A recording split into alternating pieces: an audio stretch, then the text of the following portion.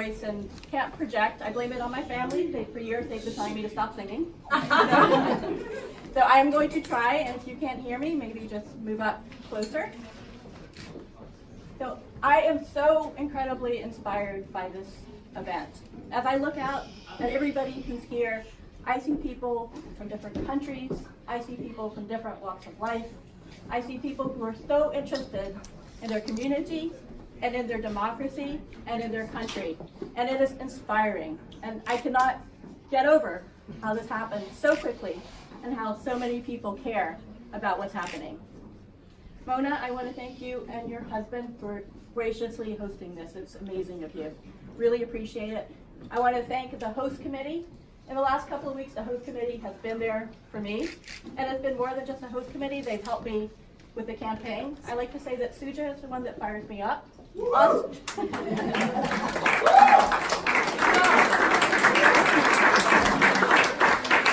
And Osman is the one who calms me down. No, it's been the perfect combination, and they've kept me in check for this event and for the campaign in general. So thank you so much. I am inspired, I am grateful, and I am thankful for what everyone is doing here. I want to introduce a couple of people here who are here. I want to first introduce my mother. I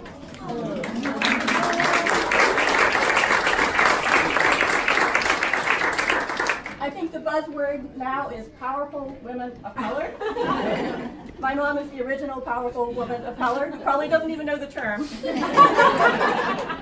I have told my immigrant story before. I have told of my mom coming here with a baby and a suitcase, deeply in debt, and having a successful life with 3 generations. That baby is right there, my sister.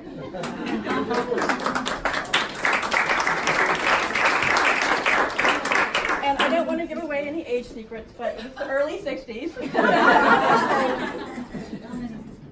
So just as an introduction, I know a lot of you kind of know me and know a little bit about me, but I'm obviously from an immigrant family like many of you are from.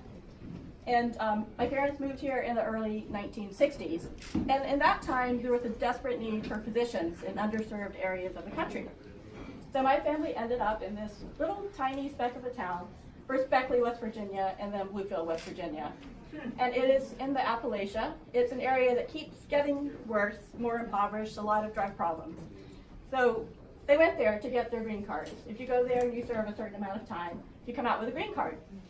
And I think a lot of people, all right, they're like, fine, we got our green cards, let's get going.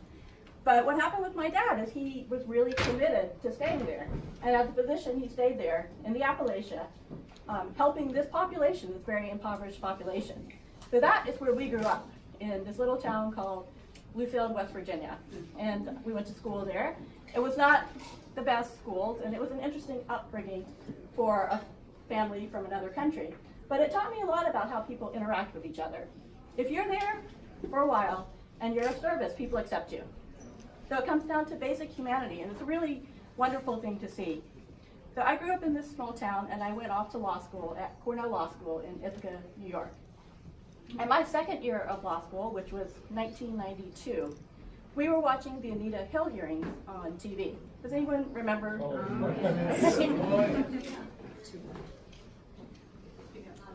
Louder? Oh, okay, all right.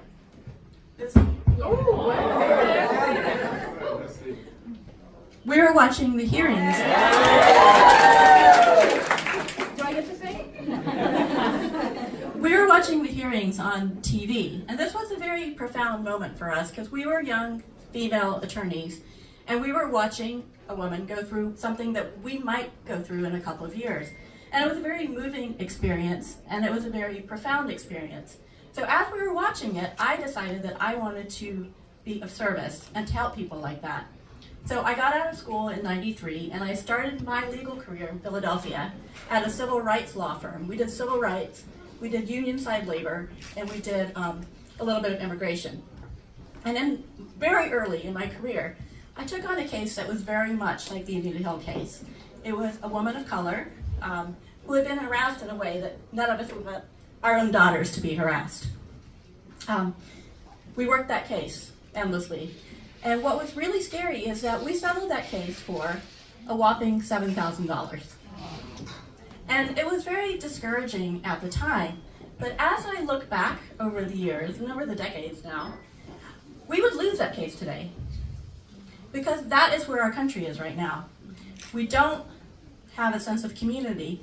We're losing that sense of caring for one another.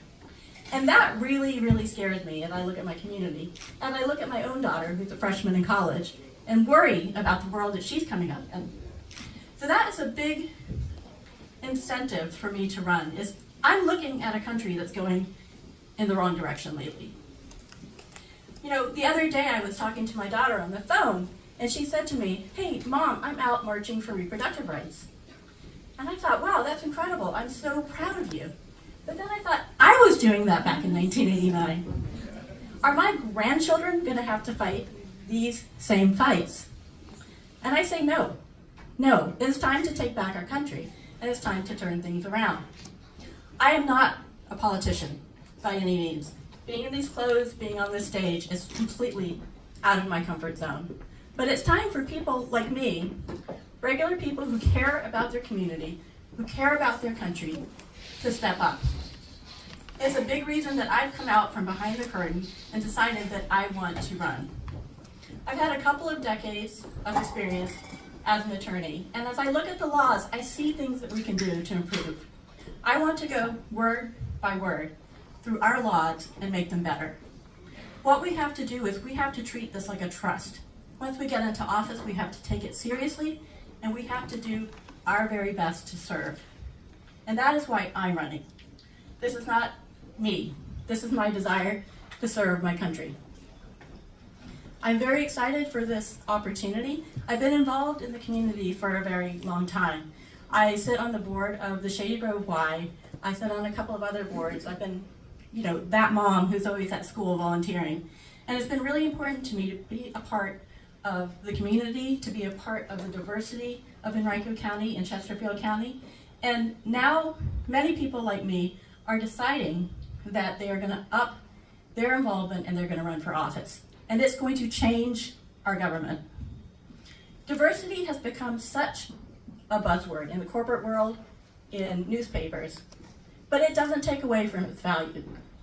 We need a government that looks like the people. And I don't just mean racially, And I don't just mean racial diversity. I don't just mean male-female. I want the day to come when someone in a wheelchair is going up to the General Assembly. I want someone who's vision impaired there. I want people who are young. I want people who are old. I want people who came over on the Mayflower, and I want people who just got here. And that is going to be a government that works. And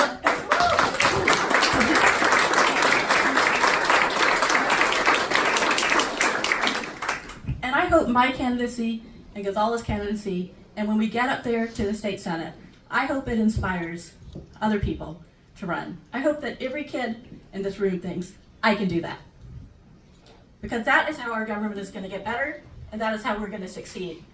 Every time I turn on the TV and watch what's going on in Washington, I get discouraged, like all of you. Every time I come to a gathering like this, or I knock on a door, or I talk to someone, I get encouraged. This is where our power is. This is how we take back our community, this is how we take back our country, and this is how we take back our democracy.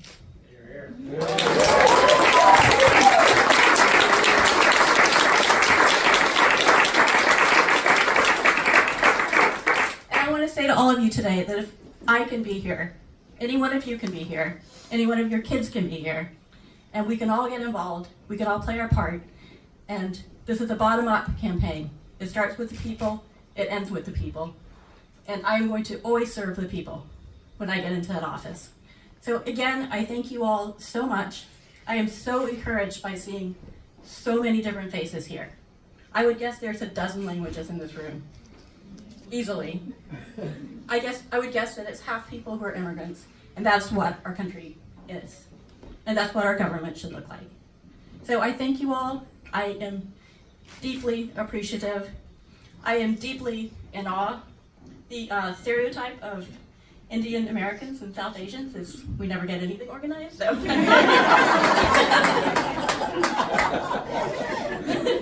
I have a hard time believing that 15 of us were on a conference call. So I'm deeply in awe of that as well. And I thank you again, sincerely. This feels good. So let's turn off our TVs. Let's ignore that orange man. And let's get to work on our communities. Because some people think that stupid red hat is patriotism. Some people think following that orange man is patriotism. But the immigrants who left their homes because they believed, that's patriotism.